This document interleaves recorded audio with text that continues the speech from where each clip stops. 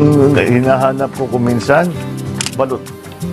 Bata pa ako, natuto na ako kumain ng balot.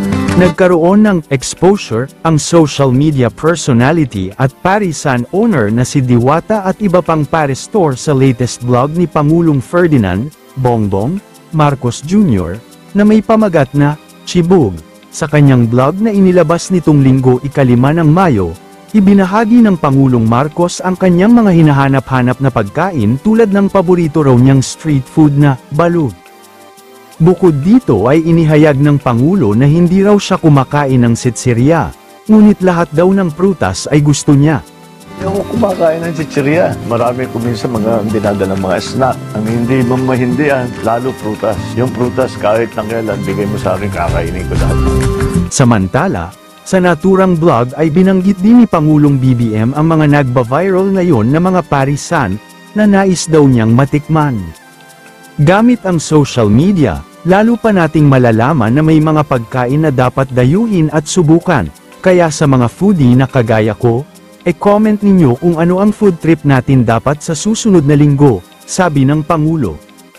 Gamit ng social media, lalo pa natin malalaman na may mga pagkain dapat dayuhin at subukan. Kaya sa mga foodie na kagaya ko, i-comment ninyo kung ano ang food trip natin dapat sa susunod na linggo. May mga nagba-viral ngayon na mga parisan, mukhang masasarap, tingnan nga natin at masubukan natin, sabi ng Pangulong Marcos habang ipinapakita naman sa video ang ilang mga clip ng mga parisan, kasama na si Diwata.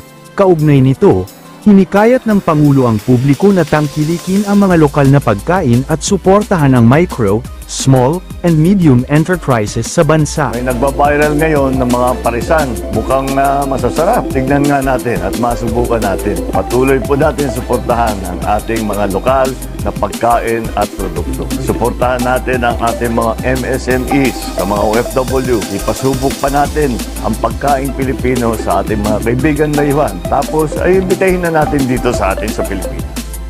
Ano po ang inyong masasabi sa tinurang ito ng Pangulong BBM mga ka-YouTube at mga ka-Facebook?